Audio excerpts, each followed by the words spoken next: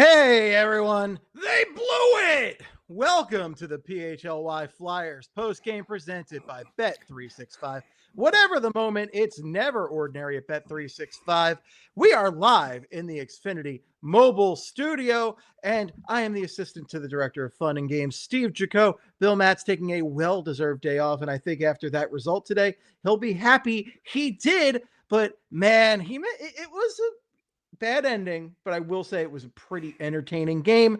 Joining me for another Steve Squared edition of PHLY is Steve Peters. Petey, how we feeling right now? It's a frustration level, and I'm sure in that coaching room and in the locker room and getting on the bus after this game, they're frustrated. This is a game that I think they played the right way for 40, maybe even 50 minutes of hockey, where you're doing the right things on the road. You're keeping and limiting the chances by the New York Rangers, and you were the better team throughout this game, and yet you walk away with a loss. It's hard. It's frustrating, and there's a lot of little key moments in this game that are going to be important to the Flyers that they're going to have to learn from. And I know it sucks saying that you got to learn from stuff, but it's a game that they needed to walk away with 2 points against a team that's incredibly fragile at home, that they had them against the wall, and you got them late in the third period, and you can't find a way to close the door just from few and some very big mistakes. Yeah, big mistakes, and it killed them ultimately. And I think one of the most frustrating things about this team early on in this season, and I mean, we're almost halfway through the season, is like they can't seem to hold a lead. They get a 2-3 goal lead and they let up the gas. Something happens where the other team will climb back into it. And this is not how a winning hockey team plays. Like, I was really hoping they would have a strong third period tonight and they would close this one out strong, and we'd all be in great spirits, singing we'd be going caroling on Passyunk Ave right now, and we're not doing any of that. We're all miserable. That stunk. I thought we were going to get a Philly hat trick today, and no, we're not going to get it because the Eagles and the Sixers play. Hopefully they can get 2 out of 3. That ain't too bad, but here on PHLY Flyers, we're pretty darn mad about this. So that sucked. I mean, is this more of a problem just like with the team as a whole and the coaching, or is this just like a young team that is just figuring things out still?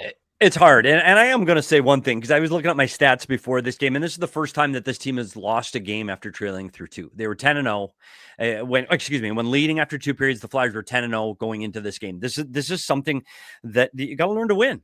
And I know that sounds cliche, but you got to learn a way to win. And you got to learn a way to close out games. And it really falls on your veteran leadership guys to be the guys that have to pull the rope to get through this. And those are the guys that you have to rely on and count on in that last 5 minutes, in that last 8 minutes, in that last 10 minutes to close a game out. And you're right. Some of it is young growing pains for sure. But this isn't they're young guys that are making these mistakes. It's the older veteran players. And I think that it's part of the process. And I know you hate hearing that part of the process is learning how to win hockey games. But this one's going to sting this team. And I think that that's good. And I'm sure Rick Tocchet's incredibly frustrated after this one. And you could see the expression on his face late in this game, the frustration. But you can't give up a game like this on the road against the division opponent that really propels you up in the state, puts you third in the Metro. Like, this is an important game, and you cannot lose points in December that you're going to need in April and May. They're playing meaningful games, which we're all thrilled about, that we didn't think this team would be playing by Christmas time. They are. But this is one they could have won, and you could have pushed the Rangers further behind you instead of them starting to claw back into this thing. Absolutely. And just this was such a bummer. You want to beat the pants off the Rangers every time. It sucks. We're all furious about this. I will say, you mentioned, trusting a process of sorts. And that is a triggering phrase in Philadelphia for some people, being told to trust a process. So, I mean, the thing is, though, you're right. Like, this is a young team that's learning from it. But there's a guy we're going to talk about later. You talked about veteran leadership in that last 8-9 minutes, right? And, they were missing for the last 9 minutes of this game was Travis Sanheim. But we're going to get into him big time later. We're all mad, right? But I think let's talk about something good before we really get into the nuts and bolts in this game. And let's talk about Denver Barkey, who had his NHL debut today, and it was a great NHL debut for Denver Barkey. He ends up with 2 points, 2 assists on the day, almost ends up with a goal on top of that, which if he had gotten that goal, which was a really nice play from Couturier and Tippett to get that over to him. He almost gets the goal. If he gets that goal, maybe they win this game, but maybe they also don't, because it did not seem like they were going to win this game regardless. But 15-18 time on ice, 2 assists, 2 shots on goal. What a debut for Denver Barkey. Yeah, and a couple of things. And Steve, you're absolutely right. Like what he did, if he's driving that lane in the third period to start the third period off on that pass from Couturier, backdoor, great play, and it goes off his skate, his leg, his shin pad, and goes in the net. We're looking at a 5-1 lead to start the third period, and this one's over. I don't think the Rangers can emotionally or physically claw their way back into this. That's a big moment in this game. But he does get the big plays, and he does make those assists. But going back to what I said in the pregame show with Barkey, the most important thing I wanted to see from Barkey in this game was not to give up that big play in the defensive zone, a big backhand pass sauce through the middle of the ice. By the way, we're going to talk about that because somebody did do that really hurt them, but it wasn't Barkey. And I thought in the defensive zone, he was responsible. I thought he played well down low. I liked his game, but more importantly, we talked about his motor and the way Barkey keeps his feet moving. When he jumps over the boards, dude is moving. And I know he's 5'9". I know they say 10, but it's 9. And his feet are moving and he's buzzing. And that's the kind of play you want to see from a new guy in his first game in the NHL, is you want to see that effort. And when you saw him driving the net in the third period, that's hard to do. It's hard to go to the blue paint against NHL players and NHL defensemen and get to that area of the ice, and he did that. I think it was a great sign for the Flyers. I think it was great for the future. I think this was one of those things. It's one game. I know, relax, Petey. I get it. That hold my breath. But it is a positive sign, and he didn't fall on his face, and he didn't make a big turnover, and he played nearly 16 minutes on the ice. And so they trusted him. They put him on power plays. They put him on in overtime.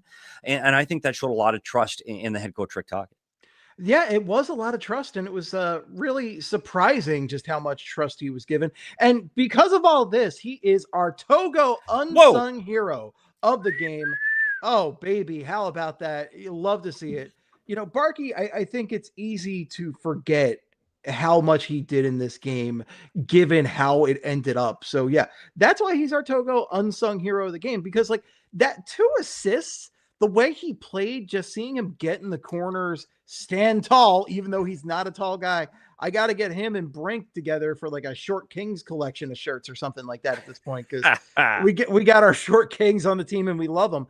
Barkey seems like a very welcome addition. Everything I had heard about him as a Flyer before as a potential Flyer is like, this guy plays with a lot of jam. This guy gets the corners. This guy talks a lot of trash, right? This is all the stuff you want to hear from a Philadelphia Flyer. So as far as Flyers debut goes, this was a smashing success for him.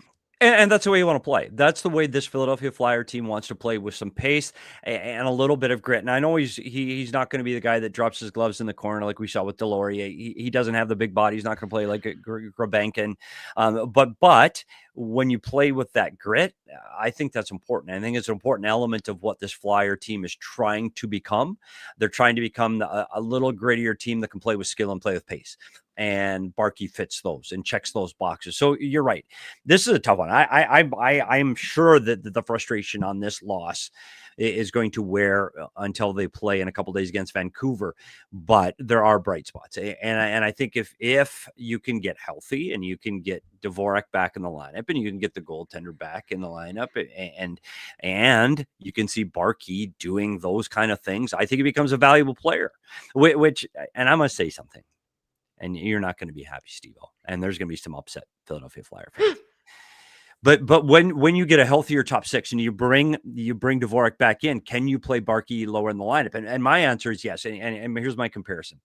I know you have to have Delorier in the lineup today because of Rempe, but Rempe's got the bad thumb that just had surgery on and pins. I'm not sure he can fight.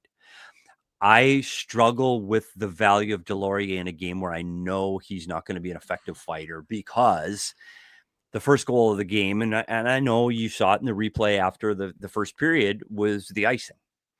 And it's a play where you need your players to make a smart play. And the smart play there is not a stretch pass through 2 players with under a minute to go in the first period.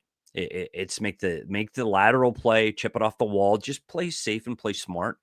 So the Delorier play there puts him behind the 8 ball, because I don't think he makes a smart play there. And then he gets in this penalty box for 7 minutes. He played 6. He's in the penalty box for 7. I get frustrated for players that don't contribute both sides. You can be tough, you can be physical, you can drop your gloves without question. I understand that you're trying to establish an identity. However, if you are going to play and consistently consistently be in the lineup, you need to be able to do something else. And if you're not going to contribute to playing the right way, meaning dump the puck in when you're supposed to dump it in, make a play when you're supposed to make a play, it's hard to put him in the lineup. And I think that you're going to see him come out of the lineup against the Vancouver Canucks. I'm just telling you what I would do. I'm not in that coach's room, but my vote would be, hey, he's not helping us. You got to get him out of the lineup.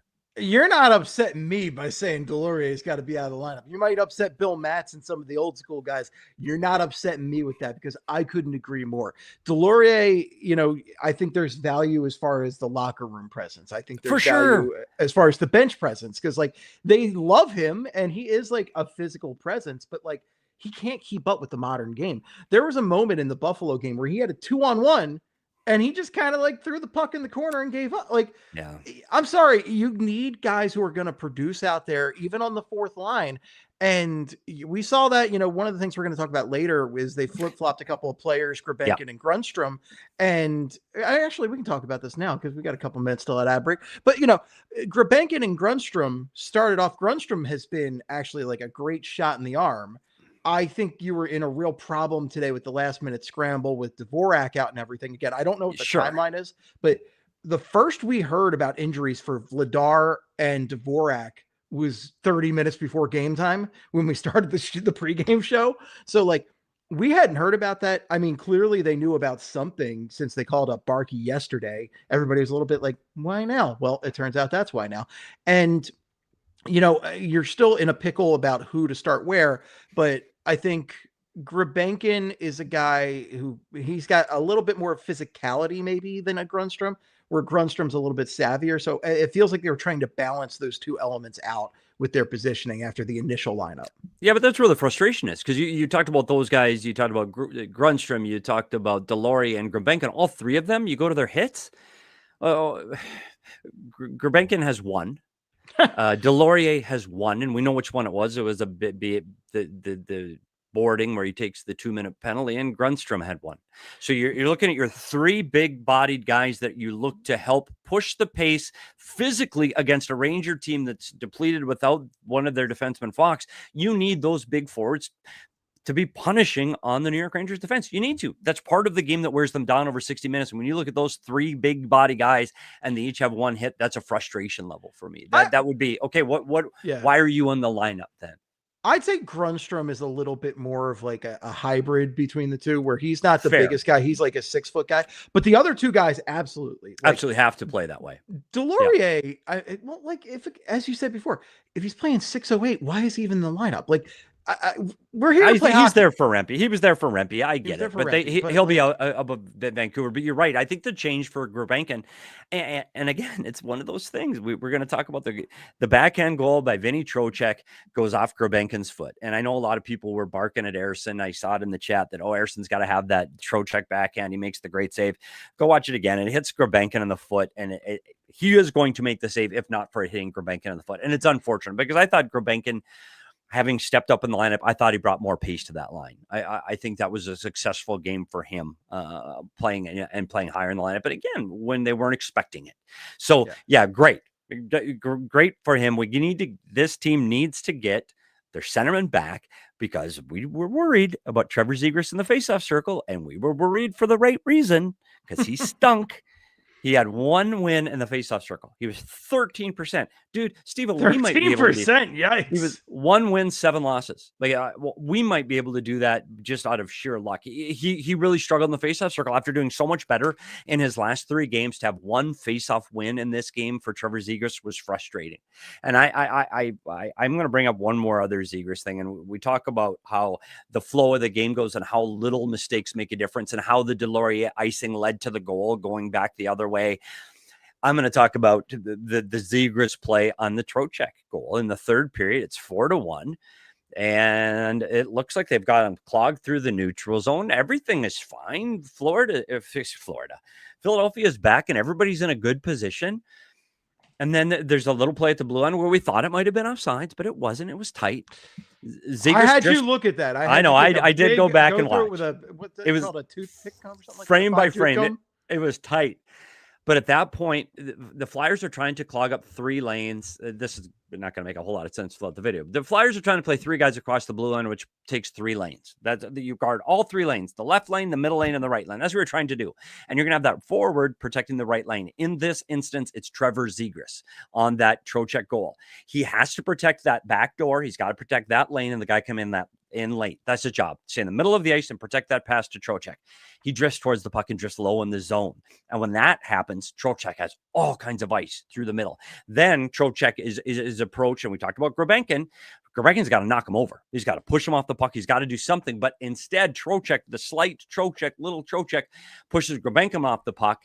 And now neither Zegras or Grabenkin get Trocheck. And it's just that bad play by Trevor Zegras at the blue line that leads to this goal. Now, Zegras did a lot of good things offensively in this game. I liked his game. And I think there were moments defensively where he played well. But one mistake is all it takes to lose a hockey game. You cannot play a team like the New York Rangers in New York and Madison Square Garden and make mistakes like that and win. You have to play mistake-free if you're the Philadelphia Flyers. If you're the Colorado Avalanche right now, you can make mistakes because guess what? You're going to go and score again. Edmonton's going to score again because they have that offensive firepower to create and beat their mistakes. You can't do that when Zegras you can't make those little mistakes. And the Philadelphia Flyers do not have an offense that can produce and outscore their mistakes. You need to play nearly perfect. And they're going to nitpick that on their video tomorrow. I guarantee it. He's going to be sitting with Coach Tocchet, and they're going to watch that read of the rush and where he should have been. Yeah, absolutely. Let's talk a little bit more about Zegras. Let's hit our first ad break, and then I want to get into this even more. The other day, I'm over at a friend's place. He's pumped to watch hockey, but his setup, total mess. Lagging, buffering, switching between apps, trying to find the game. He claimed he was a big fan, but I feel like I've been fan-fished. See, if you call yourself a football or hockey fan, you gotta have Xfinity. It's the ultimate sports destination. You can find the best games and my favorite teams all in one place. The way I watch, next level. It's the perfect fan flex. I've got all the action right in my living room. Plus, Xfinity's best picture and sound with enhanced 4K, so clear it feels like I'm in the arena. Sometimes I've got 4 games going at once because why not? On top of all that, I get real-time notifications and live stats right on my TV. It's the best seat in the house every time. Next game day, make sure that big fan isn't a big fail. Learn more at Xfinity.com. Xfinity, imagine that. Restrictions apply. Multi-view requires Xfinity 4K capable TV box. Everybody's got their favorite hard tea. But have you ever turned the can to read what's in it? You can't, because they don't tell you. And while they hide what's inside, Crooked Tea brags about it. Crooked Tea brews real USDA organic tea for real flavor with 0 sugar. No fake junk hiding behind the label. What you see is what you drink. Next time you're at the store, flip the can. If you can't find the ingredients, just put it back. Then, grab a Crooked Tea. 0 sugar, real tea, fully transparent. You know it, Philly, because real recognizes real. So why drink the fake stuff? Crooked Tea. The only thing better is a strip sack in the Super Bowl. Visit crookedtea.com to find a store near you. Go Birds and let's go Flyers. All right. I love hearing let's go Flyers right after a loss like that. It really just grinds my gears, Petey. So, we talked about some of the bad with Panarin at center, or not Panarin. Panarin was a bad thing today. He really crushed us with Zegras at center, but he did get that power play goal in the second, which was real nice. And, we did hit our bet. We hit our bet. We had 2 bets today, went for the Philly hat trick, did not get that. We were close. Didn't get, the first leg of that, but we did hit the Trevor Zegras goal. So the bet 365 anytime goal bet. If you hit that, you did get that. Fantastic.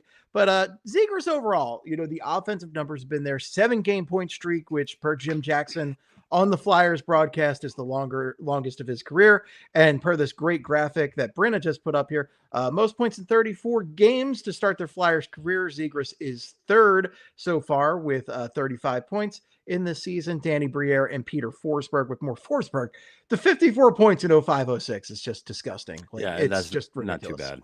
Not too bad. But it's funny though, because, and I'll go back to the way I talked about Zegras coming into this season, how important this was for him to kind of start over and hit the reset button from his days in Anaheim, where he was a problem on the ice. He was a problem in the locker room. He wasn't a great teammate. Guys didn't love playing with him. He was a selfish player, and he got to hit the hard reset. And you know what?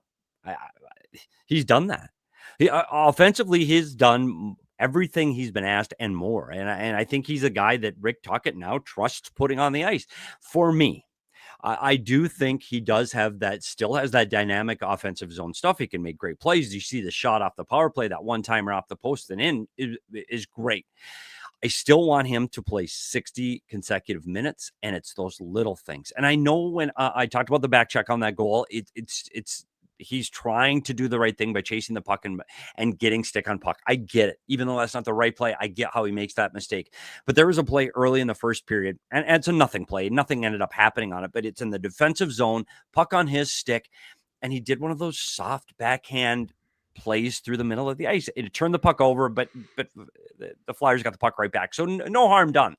But it's those little backhand plays that remind me of the old Zegras, that he's standing up straight, his knees aren't bent, he's not ready, just kind of gives this little soft backhand. Those are the plays I want to just tell him that those are the plays he can't have. And he's got to erase those from his game. He has to, those soft little backhand plays. Overall, I thought Trevor Zegras has taken a huge step this season with the Flyers, and I thought he played a really good game tonight. I thought he dug in.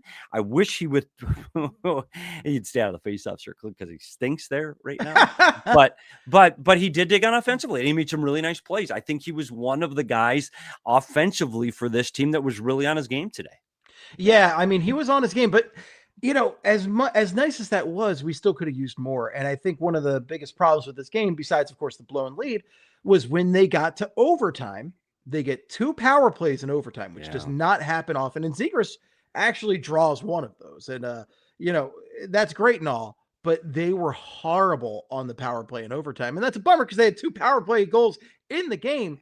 But overtime power play, you should have more room to work. They've only got a couple guys out there, right? Like, come on. They've only got a few guys. Like, you should be able to work more. And the Flyers just hung outside, kept passing the puck back and forth. This was an upper level Flyers fan nightmare. Okay. You could just hear the people yelling shoot from their homes in South Philly over this one. And I was infuriated about it. I don't know how you felt about it. Well, this was frustrating because they even took the time out and had Jay Verdi writing something up on the board. And here's the problem. The problem with a 4-on-3 is you never practice it. And when I say never, it's incredibly rare. You've got to look at the practice time an NHL team gets, period. It's limited. They don't practice a lot because they're traveling so much. They're playing 3 and 4, and the condensed schedule with the Olympics takes even more practice time away. So when you do get practice time, you get marginal time to work on your power play. And when you do get power play time in practice, you're doing 5-on-4 because most often that's what you're practicing, and that's what you're going to get. You spend little time working 4-on-3, and it showed. And I think they were really disjointed in their 4-on-3 power play. I think if you go back and watch it, you're going to see several players pointing on, like, it should go here, it should go there. Like, there was really no effort to get the puck to the net. You saw that passing play with Zegras down low before he shifted up high to Konechny, and they were passing the puck back and forth. And then it was Michkov and Zegras passing the puck back and forth, and it was outside the dot. If I'm the Ranger, Rangers didn't move. You didn't make the penalty killers move. And when you're on 4-on-3, what you need to do is you need to get somebody up high in the zone, like the guy running up top. He's got to drive right through the middle of the box, or it's a triangle because there's only 3. You got to go through the middle of that triangle and hope somebody moves to cover you. If they don't go to cover you, you're wide open in the middle of the ice. If they do go to cover you, now you've opened up ice where you came from. And there just wasn't enough movement on that 4-on-3. And I was really frustrated that guys weren't moving. They're moving the puck, but they're moving the puck around the perimeter. And you get 2 power plays. You played 3 of the 5 minutes with the man advantage, with one more player than they do, and he didn't have an incredible scoring chance that Shesterkin had to come up big on. There was one flurry where they had a shot and a rebound, but beyond that, there was no great scoring chances on the power play, and that would be frustrating for me. For a team that struggled on the power play, looked like they got back on track today with 2 power play goals. That would have made this game complete if they scored on a power play in overtime, and everybody walks away happy, and everybody's fine that the Rangers came back in this game if they get the power play goal in overtime, which they just weren't able to do. Like, we're still a little frustrated that they, allowed the Rangers to have a point, but hey, we're a lot happier with the 2. And yeah, it sucked. It just sucked to watch. One of the things that frustrates me most about the Flyers of the past, like however many years, is they don't get traffic in front of the goaltender. They don't, try to get a screen out there. And so many other teams do that to the Flyers. We saw this in the Buffalo game the other night with Sam Ersson, where Tage Thompson was using the Flyers as a screen when they were shooting on Sam Ersson. And I think just not having that traffic, not shooting for the pads, not, getting rebounds, that's a big problem right now. Like, this team has offensive potential. I want to see them go further. And if we look at the shots, 4 overtime shots when you have 2 power plays is unacceptable. Yeah, you've got to deliver the puck to the net more often, and I felt that was the turning point in the game. That they didn't make that big scoring threat on the power play, and they didn't. And not only did they not get the scoring threat, they didn't get the momentum that they needed to get off of the power play. If you get that momentum off of the first power play, where you're all over them, yeah, I think you can carry that over even after the power play is ended. But I don't think that they felt that. I don't think you felt that, oh my gosh, they were on the verge of scoring, that things were great there. I don't feel that on the power play. So it is frustrating.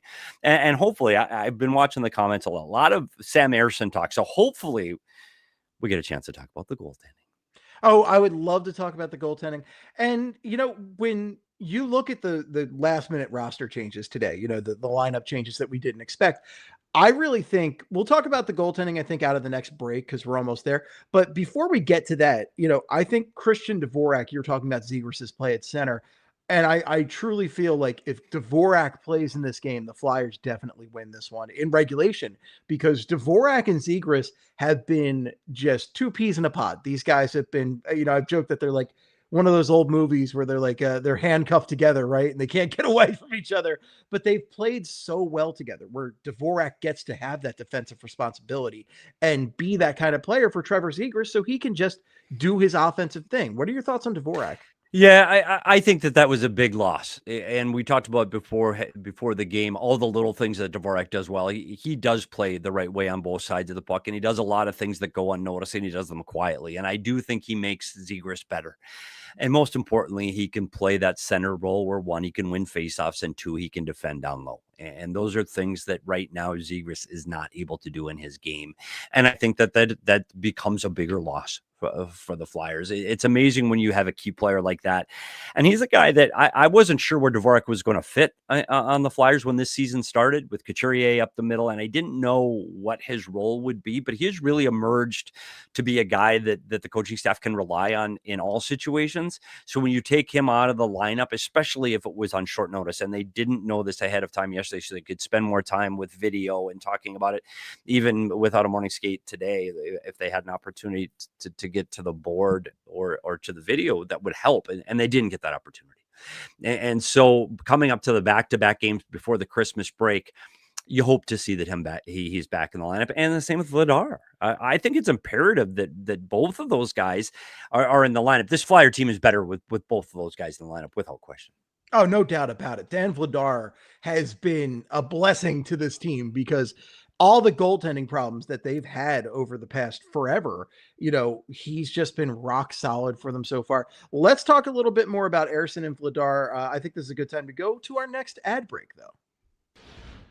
Folks, it's the holiday season, and we know how stressful that can be. You're getting gifts for your nieces, your nephews, your sisters, your brothers, your mom, dad, just so many people. Between travel, gifts, hosting, entertaining, you name it, it's easy to lose sight of your money and financial responsibility at this time of year. If you want to keep your finances under control this holiday season, you need to be using Monarch.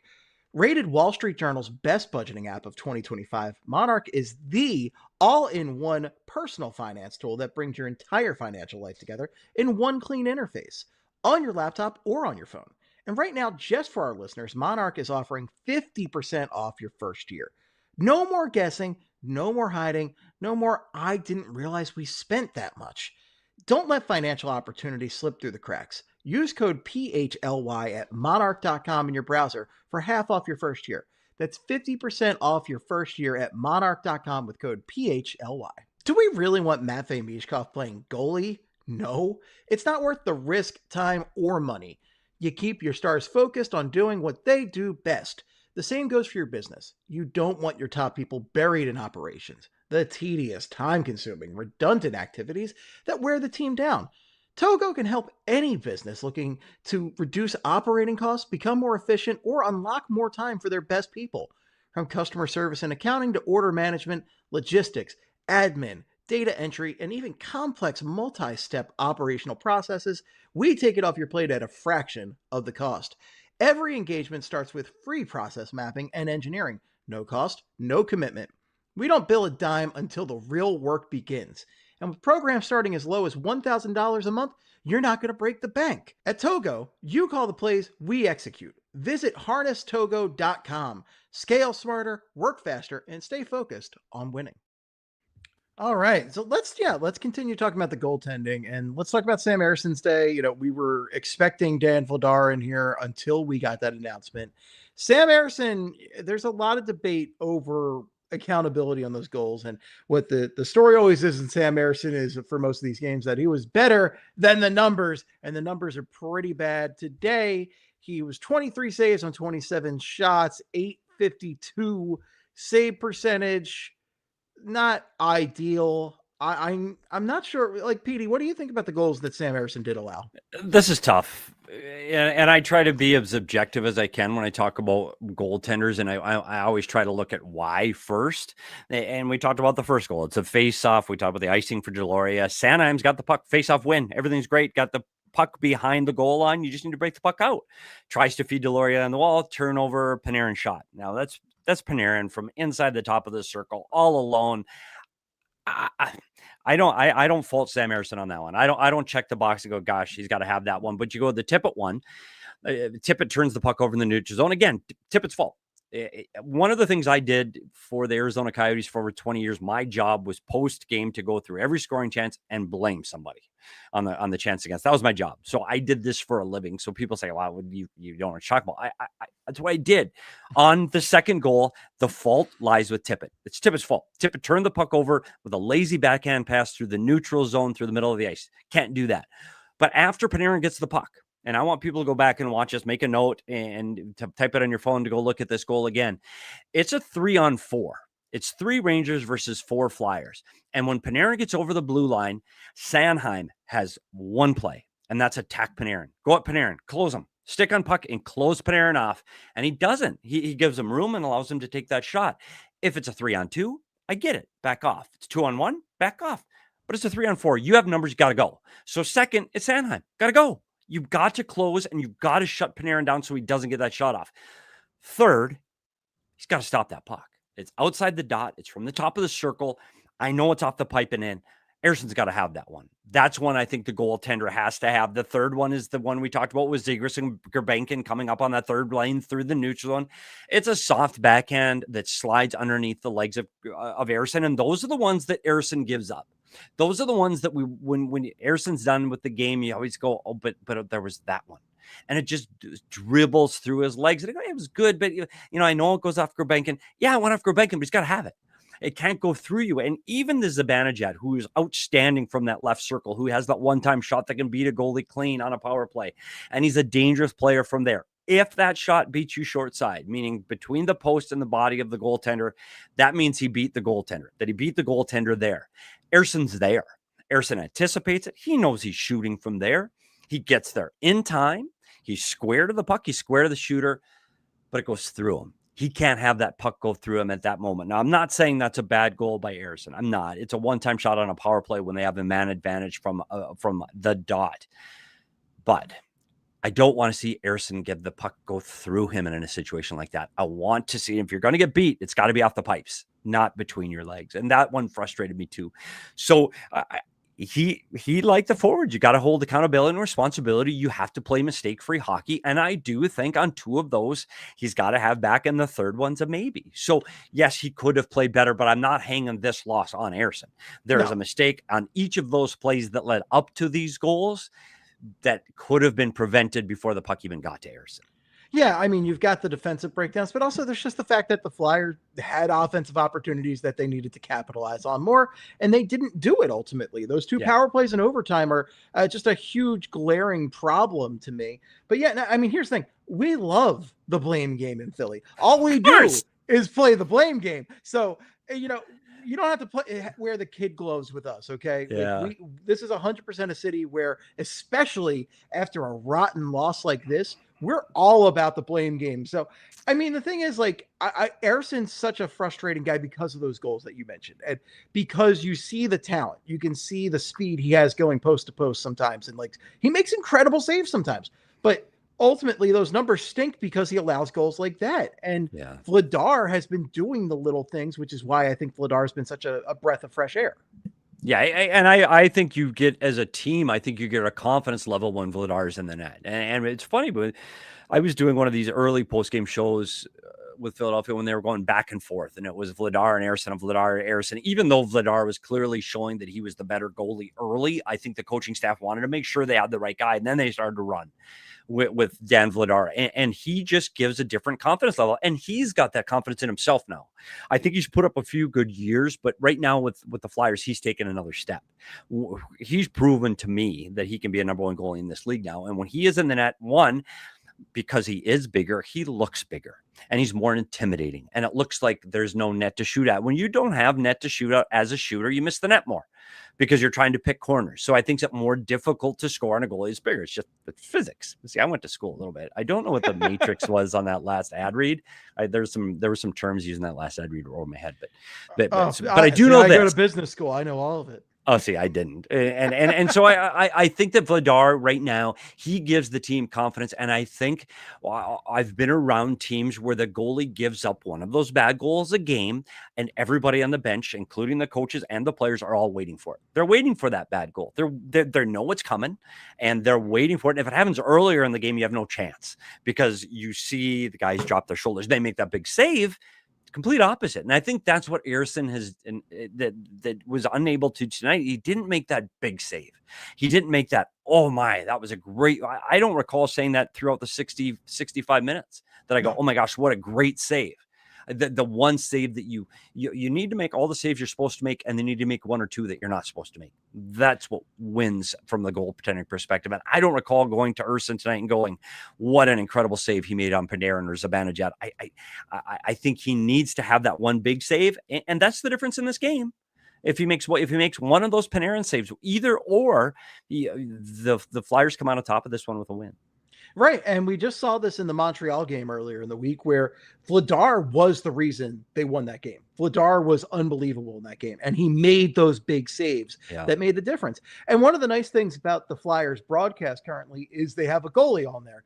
Brian Boucher will 100% sing the praises of Ersson if one of those big saves is made. I did not hear Boucher singing those praises today. Yeah, it is funny, and it does give you the realistic perspective when you've got Boucher back there, because he will tell you, and I think he's a pretty honest guy, and telling you what to look for from the goaltending side of this.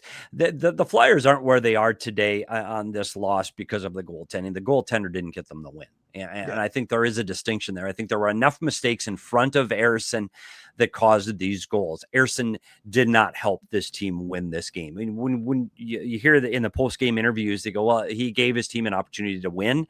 I don't know if that's the case with Ersson today. I don't know if he was good enough to go, gosh, he did everything he could have and gave his team an opportunity to win, and he was lights out. I don't feel that way walking away from this one with the Rangers. Yeah, I'm in agreement there. And one of the factors in this game as to, the entire, what we just talked about as far as the goaltending goes, is the defense. And I think today's game changer really relies upon one of the key tenets of the defense here, and that's Travis Sanheim. So for good and bad, Travis Sanheim is today's game changer. 1 goal, 1 assist, left with a bloody mouth with about 9:01 left in the third. that definitely changed the game, but also not attacking Panarin, like you said on that one play. I think, specifically talking about the end of the game when he's out for the last like 9 minutes of the third period, that's a huge factor because then Ristolainen, who has been out since March, this is what his third game back, has to play more time. He makes that big delay of game penalty late in the game, which is something that, the kind of penalty you make when you're a little bit tired and just trying to get the puck out of the zone. Yeah, I do think that's a key to this game. When Sanheim misses the entire half of the third period, he still plays 23 minutes this game. But you're in a game where he's playing in overtime, you expect him to play 26 to 30 minutes a game. I know that's outrageous. And that's what he does, though. That's what he does. He eats minutes. And I did see in the chat that we're not allowed to talk bad about Sanheim. And I think he was joking and being facetious that nobody talks bad about Sanheim in the Philadelphia media. Hey, when you're playing those kind of minutes, when you're playing 25 to 30 minutes a night and you're eating a ton of minutes and you are out there offensively and defensively, you're making some mistakes. There's no question about it. Sanheim to me right now is the guy that can distribute the puck up the ice. He's the guy that can do those little things and trying to get up the zone quickly. And when you look at the back end, you've got Cam York can distribute the puck. Drysdale can distribute the puck. And I think they rely on Sanheim a lot to do those things as well. Now, are there turnovers from back there? Without question, there's turnovers from back there. And could they be more aggressive on the defensive side of the puck? Yes, but Rick Tocchet wants to protect the front of the net. He wants to have his defenseman protect the area in front of his goaltender. I think that's why it's important the way this team defends to protect that area in front of the goaltender. And when I try to put myself in Sanheim's shoes, he does not want to get beat by Artemi Panarin, who's an unbelievably high-skilled player. If he attacks him and gets beat to the outside, which could happen, that's a problem. And that's going to be a much more glaring mistake than, hey, I'm going to play this soft and leave this shot to my goaltender. It's outside the dots. This is one he's got to have. I get it. But I still want him to close. I still want him to be that. I want him to have that little bit more of a bite. I want him to have that little bit more of the physicality. I want him to be the guy that can lead this team in hits from the back end game after game. And I want to see him get that little bit more meanness in his game that you see maybe more from Sealer at times than we're seeing from Sanheim. I mean, Sealer almost broke JT Miller's arm at the end of the game. Yeah. That was almost a game changer right there. And Travis Sanheim is not a small guy. I mean, he's 6'4", like 220. Like, he's a pretty large man. So yeah, I would like to see him, have a little bit of a bigger presence in there. But overall, like, Sanheim also does two really good things. I mean, he gets the first goal of the game, which changed the momentum big time for the Flyers. Great shot on that goal. And he gets an assist on, I think it was Rodrigo Abel's goal, right? Mm-hmm. I'm trying to look that up right now. Yeah, which is a shorthanded goal, which is their first of the season. And I think we'd be remiss if we didn't give a shout out to that from Rodrigo Abels, who I have maligned quite a bit on the show for being one of the most mediocre hockey players I've ever seen. But great play from Sanheim and Abels there. It was, and he talked about his offensive abilities and his ability to make that play. That's a heck of a pass that he's able to make through a stick to complete that first shorty of the season to Abels. I completely agree, and I think that's where you look at Sanheim and I like Sanheim. I like the way he plays. I want him on my team. I think he's a critical player in those moments. However, when you look at a team that wants to play a certain way and they want to play with some grit, they want to play with some toughness, they want to be a hard team to play against, and you go down the sheet from tonight's game, Sanheim, York, Drysdale combined for 0 hits. Defensemen have an opportunity to be more physical because they are below the goal line with facing their opponent and have an opportunity to push them into the boards. They do. You should have your defenseman coming away. A player like Sanheim playing those many minutes in those situations, to me, to walk away with 0 hits is surprising. Ristolainen's got 3, and I think you would like to see Sanheim walk away with something. That it's showing you've got to close and you've got to be able to put a little physicality again from his size, and it starts to put not the fear into the forwards of the opposition, but they're looking for the plays along the wall. I'm going to get hit, so I got to move the puck quicker, and moving the puck quicker creates more mistakes. So you do that over 60 minutes. By the last 5 minutes of the game, you're hoping he knows I'm coming, and he turns the puck over. And I don't know if you get that with this defense. Yeah. So actually, I had a question for you based on that. So since Ristolainen's come back, one of the questions that people have had with the pairings is we're still seeing Andre and Drysdale together, and we're seeing Sealer and Ristolainen together.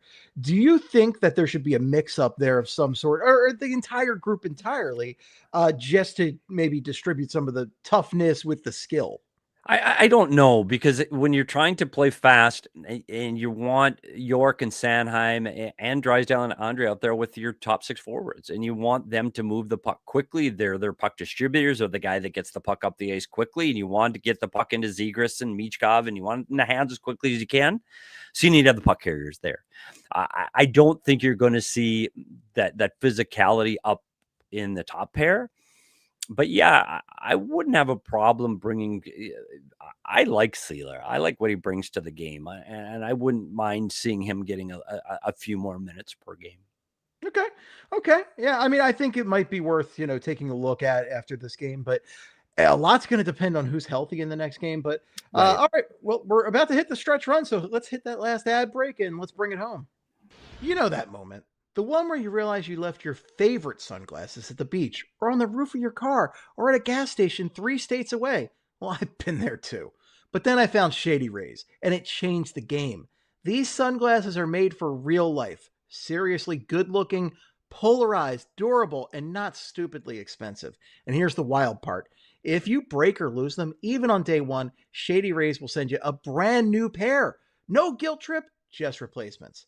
Now, I actually wear my sunglasses without fear on hikes, at concerts, on the boat, wherever. Shady Rays is eyewear that has your back.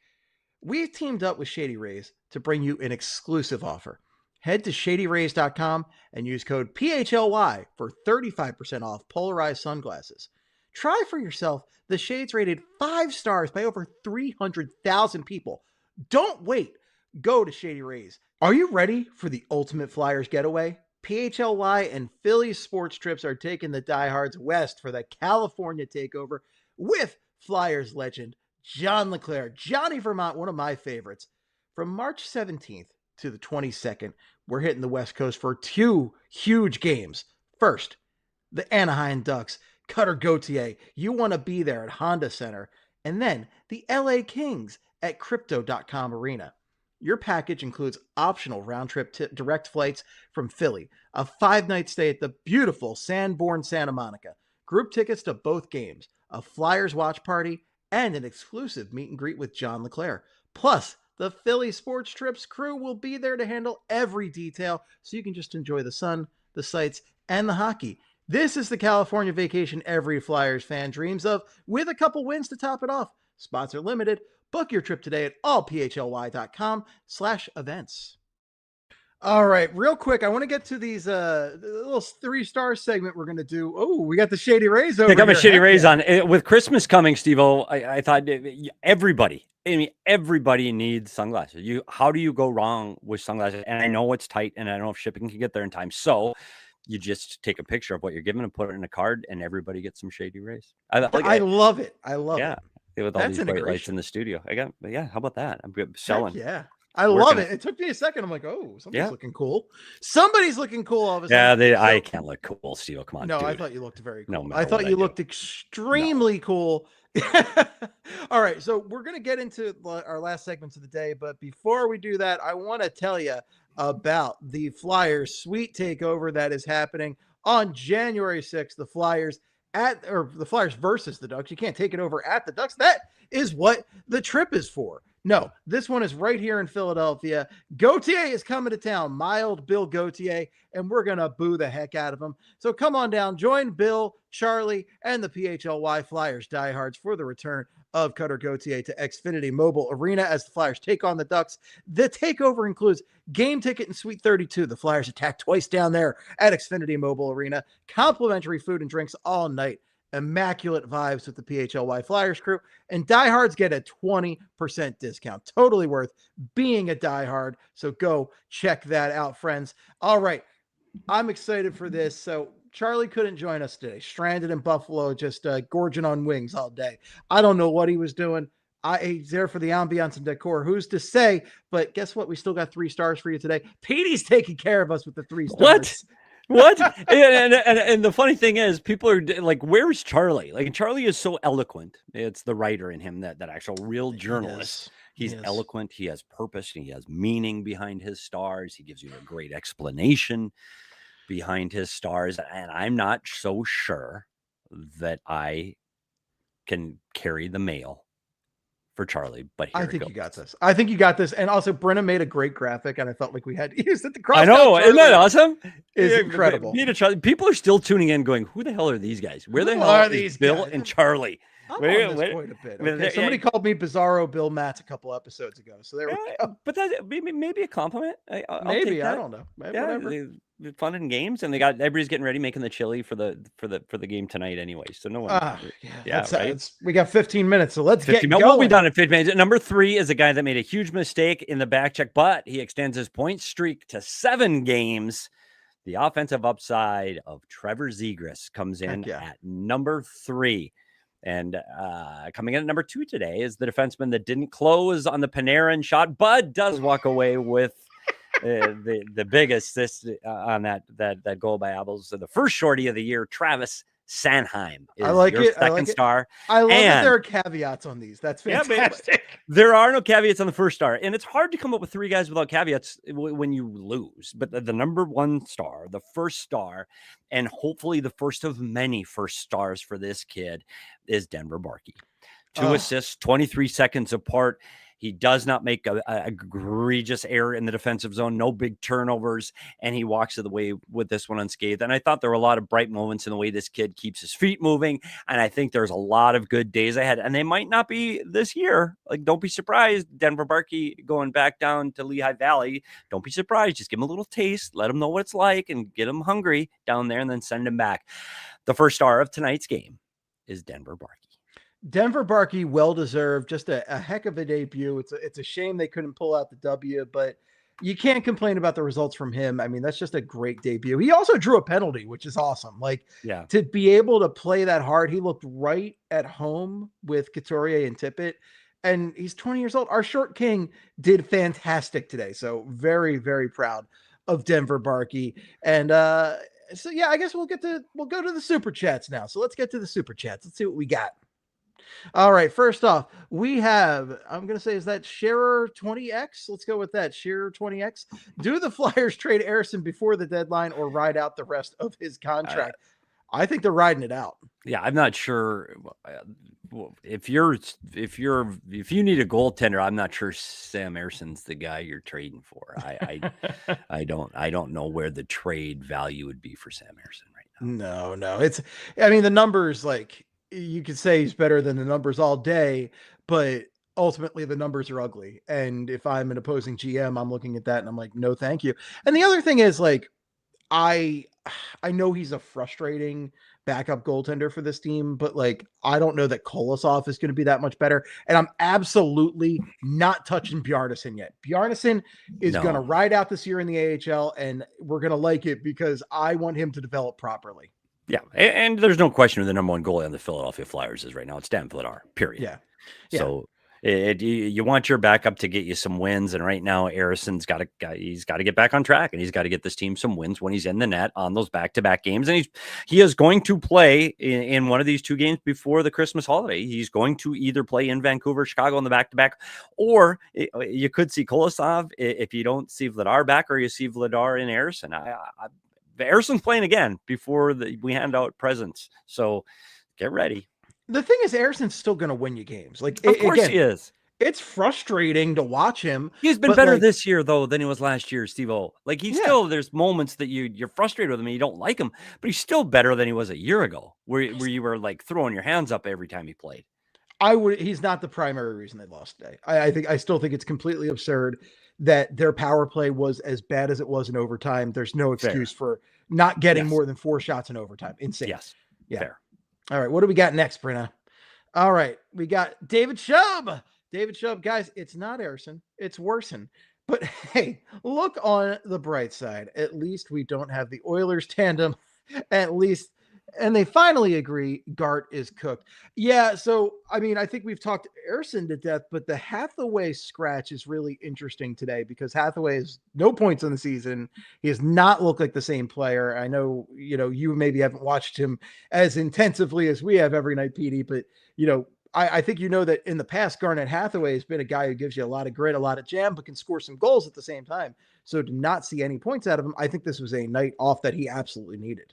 Yeah, it's frustrating because he's a guy, when you look through this Flyer lineup, you think he's a guy that's going to play Rick Tocchet hockey. When you look through the roster, Garnet Hathaway checks those boxes. He's -8. He's got no points. He's got 25 minutes in the penalty box. He's not helping you on the ice right now. And maybe sitting up in the press box is going to give him a new perspective and maybe gives him a jump start. He's a guy that I think can be effective in this lineup if he is playing like Garnet Hathaway can play. And we honestly haven't seen it. And that's what's so frustrating, because he's a guy that you can't always score. You have to rely on other things to score, but you can always play hard, and you can always play physical, and you can always play the right way, even if you're not showing up on the score sheet. And right now, Garnet Hathaway is just not getting it done. So I do think it's an opportunity for him to get a break. But just like I said, I expect Delorier to come out of the lineup, and I would expect Garnet Hathaway to come back in. All right. Yeah. I mean, he's going to come back in, and I'd much rather have him in there than Delorier. Like, he's going to give you more hits, and he's not going to cost you at the end of the day. I mean, he hasn't been great defensively, but he needed this night off. So I'm glad they gave it to him. I'm really hoping he can at least get a couple goals at some point, because the guys love him. He is like a true locker room treasure kind of guy. But can I say something? And I know we're getting up against it here. We got 4 minutes left, and I got nothing else going on except the game. I'm getting a little frustrated with this guy's good in the locker room, and he's a good I hate it personally. And I can go across the league and go, yeah, he's a good guy, and he's at some point, I want to play with a jerk that's going to put up points. I want to play with a jerk that's going to do things the right way. And Perry? Because I want to win. And I know, and this isn't a Philadelphia Flyer issue. This is a National Hockey League issue. There are guys in every locker room that go, oh, he's a great locker room guy. What a good locker room guy. You see it everywhere. Calvin Pickard is still on the Edmonton Oilers. They wanted to send him down during their stretch, but they had a vote in the locker room with the players. So he's a nice guy. Dude, you were out of the playoffs at the time. So I guess my point is, at some point, being a nice guy isn't enough. Being a good teammate isn't enough. You've got to be a good guy. I like good guys. I like good guys that are good teammates. We had Shane Doan in Arizona for 20 plus years. Dude's a good guy. But guess what? He led the franchise in every single category. He's also a very good player. So it's nice to be a good guy in the locker room, but you better come and play when you get on the ice. Preach, Petey, preach. I am 100% there with you. I mainly say it because that's the justification for them staying in the lineup, because like, I can't understand it personally. Good locker room guy. I would much rather have a fourth line of Grundstrom, Barkey, and I don't know, anybody upgraded over Abels. But you know what? If Abels has to stay in there so that, Hathaway and Delorier aren't in the lineup, I'm all about it, because I love what I saw from Barkey today. I think Grundstrom's been a great shot in the arm, and I will take Grebenkin even with the penalties and the stupidity sometimes. Because overall, these are guys that can play the pace at the modern NHL game. Delorier plays 6 minutes tonight. Like, what is that even doing? He punched a guy a couple times while he was on his back in the corner. Great. Cool. All right, let's go to the next one. All right, we got card of the week. Bark and D'Lo pounding. Was that a zero? Or the silver lining? The Othman, the fight. The Othman fight. Or the silver lining. Well, Bark definitely. Bark, absolutely. I thought the Delorier thing was hilarious, but like, I don't think it was like. All right, Othman's got to. Hey, I will say this: Othman's got to smarten up. Like, dude, you got to hit from. You're poking the bear, literally. Questionable hit, but when you get up and you think you turn around and start swinging at that, like, we can say what you want about Delorier, but smarten up. Like, that's one you're like, you're not going to win that one. Let somebody else play. I would have looked up and said, oh, it's Delorier, and I would have stayed down. Oh, I'm hurt, and I would let somebody else fight my battle for me. I think he bit off way more than he could chew on Nick Delorier in the fight. That's Bilbo Baggins walking into Smaug's lair there. Come on, like he's about to get torched. Yeah. Woo. Sorry to say that, Steve. Big surprise. Don't understand what the hell that reference was. I understand it was Lord of the Rings or a Hobbit. That's exactly what it was. Yes, nerd stuff right there. Yeah. But. Yep. So apologies to all the non-nerds, but also sorry, not sorry. But dude, I'm a nerd. I don't. I don't know. I just decided to go full nerd. Yeah, but like real quick, let's Yes. head to overtime. The conversation continues over at allphly.com to keep watching. All right. We got David Shub again. If the Flyers are a gritty culture team, why can't we hold on to a lead? It's games like this in Buffalo why fans get so turned off by this team. I could not agree with you more here, David Shub. I am so frustrated by them not holding on to the lead here. I just think that's completely ridiculous. And every time they have a 2-3 goal lead, like the joke is it's the most dangerous lead in sports, right? But like literally that might be the case for the Flyers because it seems like when they get ahead, they start to rest on their laurels. Yeah, it's like we talked about before. It is a learning process, and I do think when you look through this locker room, especially with Christian Dvorak, a guy he's a veteran player in the league that plays the right way and plays both sides of the puck. Him being out of the lineup hurts, and you got to look to your veteran leaders, and you got to look to Konechny, you've got to look to Couturier, and those are the guys that are going to have to push this along for wins like this. Like those are the guys that you need to have dig in and be those guys that are accountable on the bench and accountable in the locker room. A coach can yell so often. But what really gets a team over the hump and helps them be successful and help them be Stanley Cup champions is when the guy sitting next to you is the guy that you're accountable to. And if you can't pull up your teammate, and you see it, I'll go to the Florida Panthers. Dude, if you don't have a good shift there, you're getting it. And you're getting it not from Maurice. You're getting it from Tkachuk. You're getting it from Marchand. You're getting it from the veteran leadership of this team. I think the Flyers are still learning how to win. And I think this is just a first step. They're much farther ahead than anybody. And I'm from Danny Briere on down. They're farther when they thought they would be at Christmas time. So I think we take it with a grain of salt. Yes, frustrated as hell. You want to see them win a game. They have a 2-goal lead on the road, tighten it up, close it down, and don't give anything up without question. But look back to where you were feeling last year at Christmas time, where this team was and how miserable, and you just wanted to start thinking about baseball season. They're not there. They'll get this. And I do think once you get through this period and you can start looking at free agents and you can start looking at trade deadline deals, which they're not going to do this year. They're not going all in. They're not making big trades at the trade deadline. Why would you? They're not ready yet to compete with the top teams in the East. So next year, you pick up somebody else over the summertime that has a little bit of that veteran presence and has a little bit of that leadership skills, and you've got enough money to make those deals. And it's going to come. You're going to get frustrated at times. You just are. And this is the phase of where the Flyers are in the rebuild. Yeah, it is really frustrating, though. And that Buffalo game was one that they really should have taken the bull by the horns and just dominated in that game, and they didn't. And today is one where they have the lead. It's energetic. It's fun. And then they just don't keep their foot on the gas, and it's a learning experience. And my one silver lining with that is I would hope that later in the season, these are the kind of games that they are finishing out properly and they learn from this. So it's possible because it's still, we're not even halfway. Like it is a young team. It's very possible, but today we are very frustrated by it. Yep. Yeah. All right. What we got next, Brenna? All right. We got Brendan Martin. It is painful watching Ersson throw games. I don't think he's throwing games. He's in the running for the worst save percentage in the league. When will he be held accountable for his awful play? You know, one of the funny things with Ersson too, I think Charlie was saying this earlier in the season, is that, you know, much like Cal Pickard and, you know, Nick Deslauriers and Garnet Hathaway is a guy that they love in the locker room. They love him. They're impressed by him because Konechny had come in and was, you know, going out of his way to praise Ersson. And you just hear better in the numbers and all that. And it's frustrating, but like, I don't know. It's one of those things where I am frustrated, but like, there's not a better option. I think it'd be foolish to try and trade for an upgrade, ride it out for the rest of the season. Again, he is going to win you games. I think this counted as an overtime loss. I think he's still got an over 500 record, but you know, it does suck. It is frustrating. I don't think he throws games though. I just think like he has like brain farts or something like that. Yeah, I think first of all, nobody's going to trade for Sam Ersson. He's a 26-year-old kid right now. I know he's going to be an RFA next season. I'm not sure they qualify him. I don't know what his future is like with the Flyers. I think he's going to have to be a more consistent goaltender down the road because I don't think they were expecting to get what they got out of Vladar this year. Kolosov is 23, and we talk about Bjarnason, dude, is 20.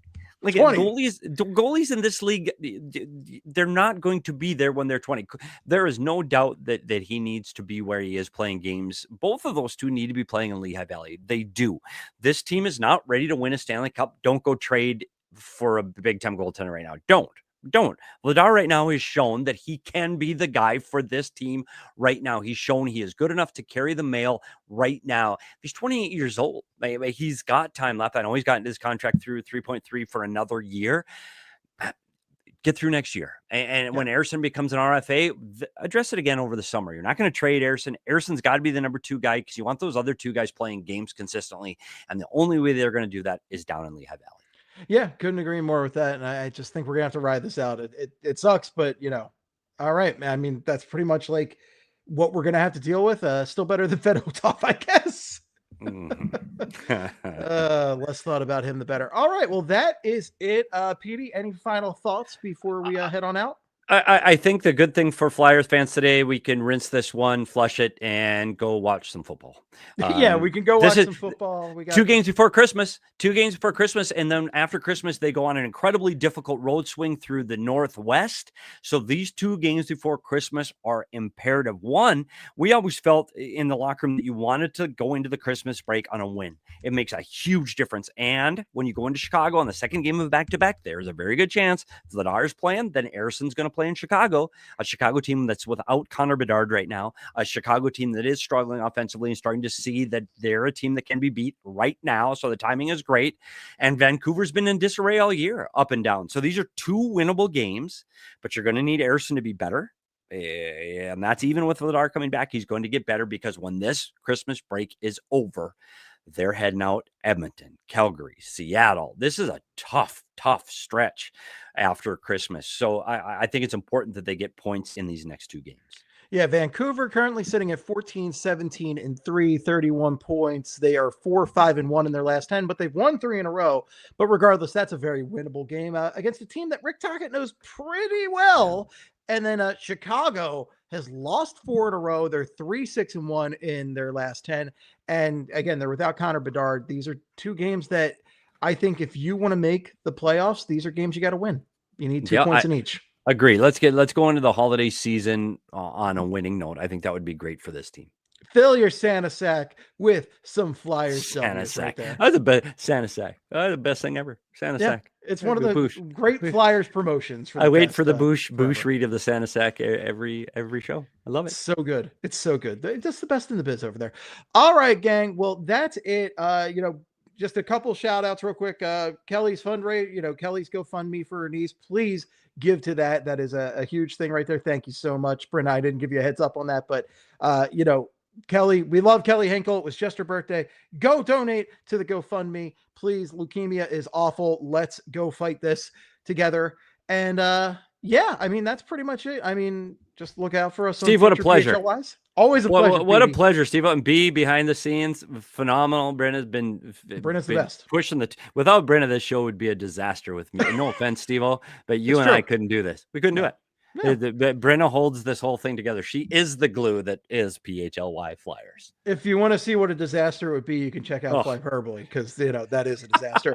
My perfect disaster, but that's what it is. But folks, thank you so much. And as Bill and Ted always say, be excellent to one another.